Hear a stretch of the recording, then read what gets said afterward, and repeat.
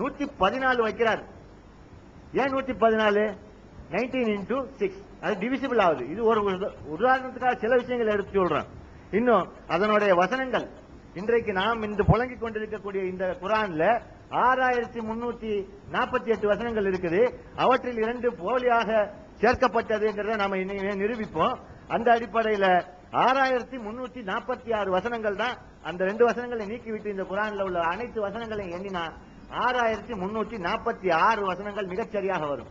இன்றைக்கு நாம் எந்த ஹப்ஸ் குர்ஆனை புழங்கிக் கொண்டிருக்கிறோமோ அந்த குர்ஆன்ல இந்த அற்புதம் இருக்கிறத நீங்க எடுத்து பார்க்கலாம். அதில் உள்ள வசனங்கள், அதில் உள்ள வார்த்தை, உதாரணமாக சொல்லுகிறேன். ஒரு வார்த்தை, ஒவ்வொன்றுக்கும் ஒரு உதாரணம் தான் சொல்லிக் கொண்டு வர்றேன். சூரா எப்படி, வசனம் எப்படிங்கிறதுக்கு ஒவ்வொரு உதாரணம் சொல்லிக் கொண்டு வர்றேன்.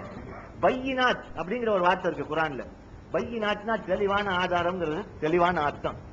அந்த பையினாத்ங்கிற வார்த்தை குர்ஆன்ல சரியா மிகச்சரியாக 19 முறை இடம்பெறுது. இதற்கு ஃபுவாத் அப்துல் பாக்கி இண்டெக்ஸ் இருக்கு. பையினாங்கிற வார்த்தை மிகச்சரியாக 19, அதாவது தெளிவான ஆதாரம் என்று கூறக்கூடிய அந்த வார்த்தை மிகச்சரியாக 19 முறை இடம்பெற்றிருக்கிறது. ஒவ்வொரு விஷயம் தான் சொல்லிட்டு வர்றேன். அதில் உள்ள குறிப்பிட்ட வார்த்தைகள், குறிப்பிட்ட எழுத்துக்கள், உதாரணமாக அல்லாஹ் காஃப் என்று ஒரு சூரா அருளுகிறார். காஃப் அல் குர்ஆனில் மஜீத் என்று துவங்குகிறது. அந்த சூறாவுல காஃப் என்று துவங்கக்கூடிய அந்த சூறாவுல இப்ப உட்கார்ந்து கவுண்ட் பண்ணலாம். சின்ன சூறா தான். எத்தனை காஃப் இருக்கு? காஃப்ங்கிறத ஈஸியா அடையாளம் காண முடியும். கொண்ட வச்சு மேல 2 புள்ளி இருக்கும். இப்படி சொல்லி அது எத்தனை இருக்குன்னு கவுண்ட் பண்ணுங்க. கரெக்டா 57 நிக்கும். 57ங்கிறது சரியா 19 into 3. அதே மாதிரி ஆமீம் ஐன்சீன் காஃப்னு ஒரு சூறா இருக்கு. அந்த சூறால உள்ள காஃப் எத்தனை எண்ணி பாத்தீங்கன்னா அதுவும் மிகச்சரியாக 57. நாங்க ஆதாரங்களோட வந்திருக்கிறோம். அதுக்குண்டான வெரிஃபை பண்ணணும்னா உட்கார்ந்து வெரிஃபை பண்ணுவோம், இல்லைன்னா அதுக்குண்டான ஆதாரங்களை காட்டுறோம். ஆமீம் ஐன்சீன் காஃப் என்ற அந்த சூறாவில், அது இந்த காஃப் என்ற சூறாவை விட பெரிய சூறா இருந்த போதிலும் அதிலும் மிகச்சரியாக 57 காப்புகள் நிற்குது. 57 இதுல உள்ள காப்பு, 57 அதுல ஹாமீம் ஐன்சீன் காப்ல உள்ள காப் ரெண்டையும் கூட்டினா 114 வருது. காப் அல் குர்ஆனில் மஜீத்னு சொல்றாரு அல்லாஹ். காப் அல் குர்ஆனில் மஜீத் சொல்றாரு. 114 காப் இருக்கு, 114 சூரா இருக்கு. இன்னும் பல இறைவனின் பெயர்கள் கூட, இப்ப அர் ரஹ்மான் என்ற வார்த்தை குர்ஆன்ல எத்தனை முறை இடம்பெறுகிறது என்று எடுத்து பாருங்க. 57 முறை மிகச்சரியாக இடம்பெற்றிருக்கிறது. எப்படி? ஏன் உங்களுக்கு, அதாவது எங்களுக்கு வாகா அல்லாஹ் வைக்கணுமா? இல்ல நம்பிக்கை கொண்டவர்களான மக்களை வழி திருப்பணும் நல்லா நாடுறாரா? அல்ல. நம்பிக்கை கொண்டவர்களுக்கு உறுதியை கொடுப்பதற்கும், வேதம் கொடுக்கப்பட்டவர்களுக்கும் நம்பிக்கை கொண்டவர்களுக்கும் சந்தேகத்தை முற்றிலும் போக்குவதற்குமாகத்தான் அந்த எண்ணிக்கை எல்லாம் அமைச்சிருக்கிறாரு.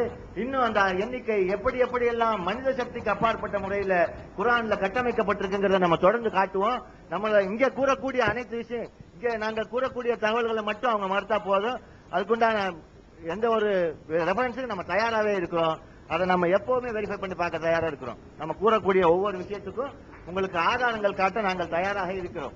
இந்த எண்ணிக்கை எப்படி இந்த பணிகளை செய்கிறது என்பதற்கான உங்கள் விளக்கத்தை கேட்டிருக்கிறோம். அதை நீங்க தரல, அதை தரணும் என்று கூறிக்கொண்டு தொடர்ந்து அடுத்த. அதாவது அன்புக்குரிய சகோதரர்களே, ஏற்கனவே சில வசனங்களை விட்டுட்டு படிச்சாங்க. நம்ம சகோதரர்கள் சொன்ன பிறகுதான் விட்டது. நான் முதல்ல விட்ட ஒத்துட்டாங்க. அப்போ சில வசனங்களை விட்டுட்டு தான் என்ன செஞ்சிருக்காங்க, படிச்சிருக்காங்க. சரி, விட்டுட்டா கரெக்டா படிப்பாங்கன்னு பார்த்தோம். படான இன்னொரு வசனத்தை விட்டாங்க. அதுல என்ன படிச்சாங்கன்னா, ஒமா அதிராக்க மாசக்கர். சக்கர் என்பது எது உங்களுக்கு அறிவிக்கும். சக்கர்னா என்னன்னு தெரியுமா? லா துபகி வளாத்தவர். அது மீதம் வைக்காது, விட்டும் வைக்காது.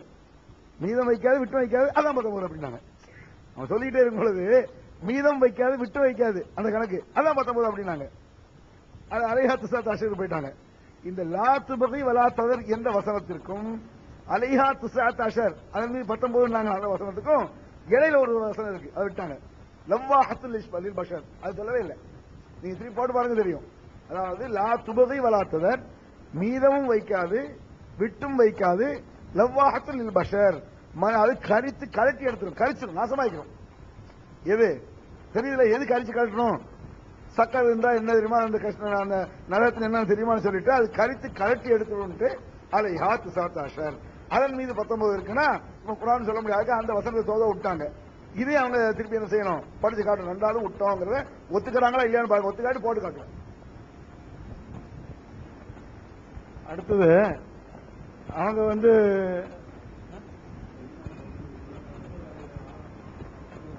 பையனாட்டு 19 சொன்னீங்களா, ஆதாரத்தை எனக்கு சமர்ப்பிங்க. ரெண்டாவது இப்ப அவங்க இல்ல எங்கிட்ட சமர்ப்பிங்க, நீங்க அங்க காட்டுங்க, நாங்க போதுங்க காட்டிட்டு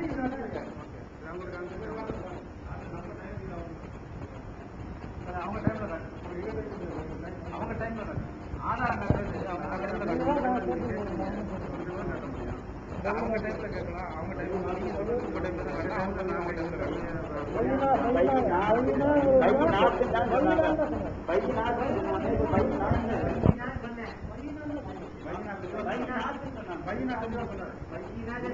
என்ன சொன்னாரு?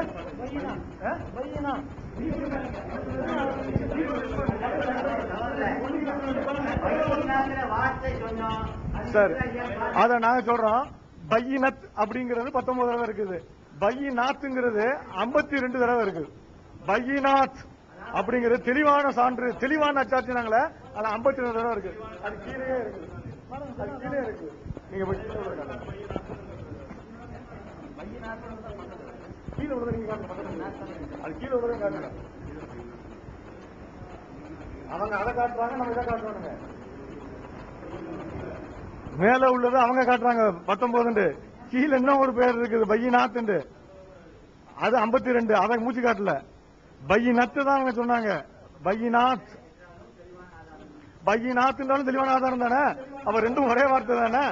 ஒரே வார்த்தையில பாதியை எடுத்துக்கிட்டு பாதியை விட்டுருவாங்க. இதுதான் 19 கணக்கு, அதை நாங்க காட்டுறோம். ஆமா, நீங்க என்ன அப்புறம் அதாவதுங்க இந்த ஆயத்தை சொல்லும் போது அலைஹா திசாத்த அஷர் பச்சர், அதன் மீது 19 இருக்குன்னாரு. அது உங்களுக்கு ஒரு சோதனை அப்படின்னாரு. அது சொல்லும் போதுங்க எவ்வளவு வசமா நழுவிட்டு போறாங்கன்னு பாருங்க. எவ்வளவு வசமா நழுவுறான்னு ஒண்ணு சொல்றேன். ஒமா ஜஅல்னா இத்ததஹும் இல்லா ஃபித்னத்தன் லில்லதீன கஃபரு, அந்த எண்ணிக்கையை இறை நிராகரிப்பவர்களுக்கு ஒரு சோதனையாக தவிர அதை ஆக்கவில்லை இப்படின்னு அவங்க அர்த்தம் வச்சாங்க. இத்ததஹும் அவர்களுடைய எண்ணிக்கை அப்படின்னு அவங்க ஒரு மாதிரியா அந்த அர்த்தம் வச்சுட்டு கருத்து சொல்லுமா என்ன சொல்றாங்க தெரியுமா? அந்த எண்ணிக்கையை, எந்த எண்ணிக்கை? அவர்களுடைய எண்ணிக்கை இருக்குதா, அந்த எண்ணிக்கை இருக்குதா? நீங்க திரும்ப திரும்ப சொல்றோம் குர்ஆன்ல விளையாடக்கூடாது. குர்ஆன்ல அர்த்தம் வைக்க தெரியலன்னு சொல்லிட்டு போங்க, அது வேற விஷயம். இத்தத்துகும் படிச்சுட்டு அவர்களுடைய எண்ணிக்கைன்னு அங்க இருக்குது. இத்தத்து ஹும்னா தெரியுமுங்க, இது பெரிய விஷயம்னா ஒண்ணும் கிடையாது. ஹும்னா அவர்கள், இத்தத்துனா எண்ணிக்கை, இத்தத்துகும்னா அவர்களுடைய எண்ணிக்கை, இப்படித்தானே அர்த்தம் வைக்கணும். என்ன அர்த்தம் வைக்கணும் தெரியுமா? அந்த எண்ணிக்கை. எந்த எண்ணிக்கை எடுத்து காட்டுங்க, நிரூபிச்சு காட்டுங்க நீங்க.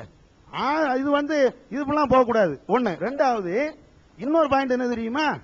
பத்திகளா 19 இருக்குதா இல்லையா?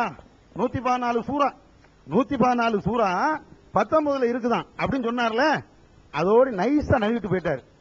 என்ன நழுவிட்டு போனாங்க? அந்த நம்பர் சொல்றீங்களா?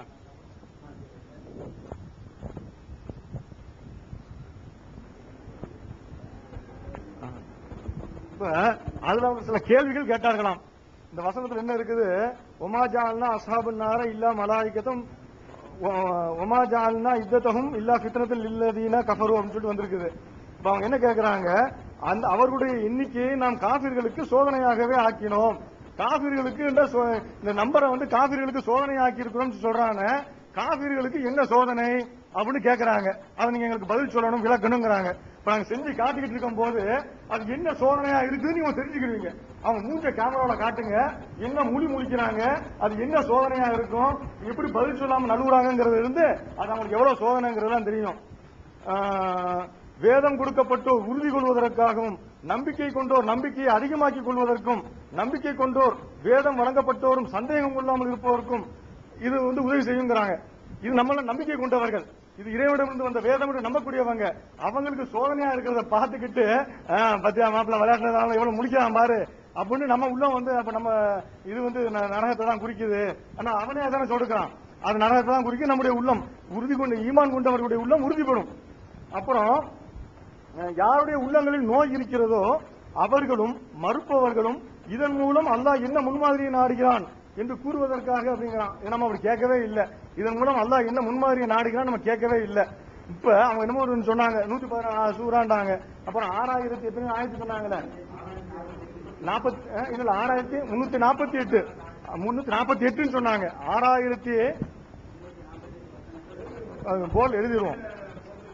நல்லா கவனிச்சுக்கிறீங்க. அவங்க சொன்ன வாசகம் 6348 ஆயத்துகள் வசனங்கள். நல்லா கவனிச்சுக்கிறீங்க. 6348 வசனங்கள் குரான்ல இருக்கிறதா சொன்னாங்க. அதுல 2 போலியா நீக்கியாச்சான். சரி, அவங்க வாத பிரகாரம் என்னங்கிற பிறகு பாத்துக்கிறோம். அவங்க ஆதாரம் கொடுக்கும்போது பாத்துக்கலாம். 2 எடுத்துட்டா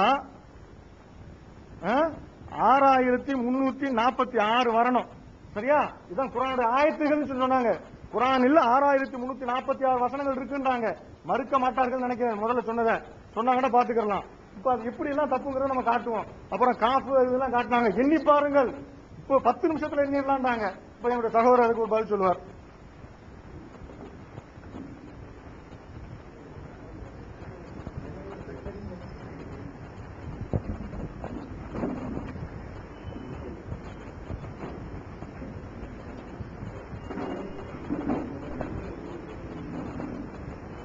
கண்ணியத்திற்குரிய சகோதரர்களே, 19 அபத்தமா அற்புதமா அப்படிங்கிற ஒரு கேள்வியை கேட்டிருந்தோம். அதாவது ஒரு தலைப்புல வந்து விவாதம் நடந்துட்டு இருக்குது. அதுல எங்களுடைய சார்பில் வந்து 19 அபத்தம், பொய், பித்தலாட்டம், பிராடு, மென்டல் தனம் என்பதை தெளிவா இருக்கிறோம். அதன் அடிப்படையில் ஒரு சவால் விடுறோம்.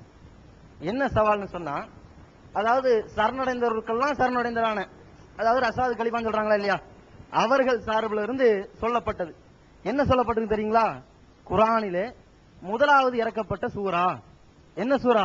96வது அத்தியாயமான சூரத் அலக் இக்ர பிஸ்மி ரப்பிக்கல் ஹலக் அப்படின்னு சொல்லக்கூடிய அந்த வசனம், அந்த ஆரம்பிக்கக்கூடிய சூரா இருக்குதா இல்லையா, அந்த சூரா குரானிலே முதலில் இறக்கப்பட்டது என்று அவர்கள் அந்த சரணடைந்த அந்த ஃப்ராட் எழுதின மொழிபெயர்ப்புல வந்து குறிப்பிட்டிருக்கிறாங்க. இது வந்து குரானிலே முதலில் இறக்கப்பட்டது என்பதற்கு குரான்ல இருந்து காட்ட முடியுமா என்பதை முதல் அமர்வுல நம்ம கேட்டிருப்போம். அதாவது முதல் விவாதம் நடந்துச்சா இல்லையா, அதுல கேட்டிருப்போம். சரி, அந்த 3 கேள்விக்கே திணறிக்கொண்டு பதில் தெரியாம திருச்சிட்டு இருந்தாங்களா இல்லையா, சரி விட்டுட்டோம். சரி, இப்ப 2வது ஒரு சவால் விடுறோம். இந்த கேள்விக்காவது உழப்பாம திணறாம கரெக்டா எண்ணிக்கையாக பதில் சொல்லுவாங்களோன்னு ஒரு நம்பிக்கையில கேட்கிறோம். முதல் வகியாக அவங்க சொல்றாங்க, அதாவது முதல் இறக்கப்பட்ட சூரான்னு சொல்லி சொல்றாங்க. 96வது அத்தியாயத்துல 304 எழுத்துக்கள் இருக்கிறது என்று அவர்கள் சொல்லி இருப்பதாக அந்த ரசாது கலிப் அந்த ஃப்ராட் இருக்கிறதா இல்லையா, அந்த ஃப்ராடுல வந்து சொல்லப்பட்டிருக்குது. அந்த மொழிபெயர்ப்புல 304 எழுத்துக்கள் இருக்கிறதா இல்லையா என்பதை ஒரு சவால் எண்ணி காட்டிருங்க பார்ப்போம். 304 எழுத்துக்கள் இல்லைன்னு நாங்க சொல்றோம், இருக்குதான் எண்ணி காட்டிருங்க. இதை ஒரு அடிப்படை சவாலாக வைக்கிறோம். இதற்காவது சரியான முறையில, அதாவது திணறாம திக்காம மக்களை திசை திருப்பாம சரியான முறையில் பதில் சொல்லுவாங்க நினைக்கிறோம். எங்களுடைய நம்பிக்கையை வந்து நீங்க காப்பாற்றுவீங்கன்னு ஒரு எதிர்பார்க்கிறோம். எண்ணி காட்டி அவங்க 19 நிரூபிச்சு விட்டோம். 19 அபத்தம்ங்கிறத நாங்க நிரூபித்தோம். அவங்க வந்து பொய்யா சொன்னாங்க, அந்த வசனத்தை தப்பா அர்த்தம் செய்யறாங்க. முதலையும் தப்பு தான் அர்த்தம் செஞ்சாங்க, முதல் தலைப்பிலையும். இப்பவும் தப்பா தான் அந்த குரானை புரிஞ்சிருக்கிறாங்க.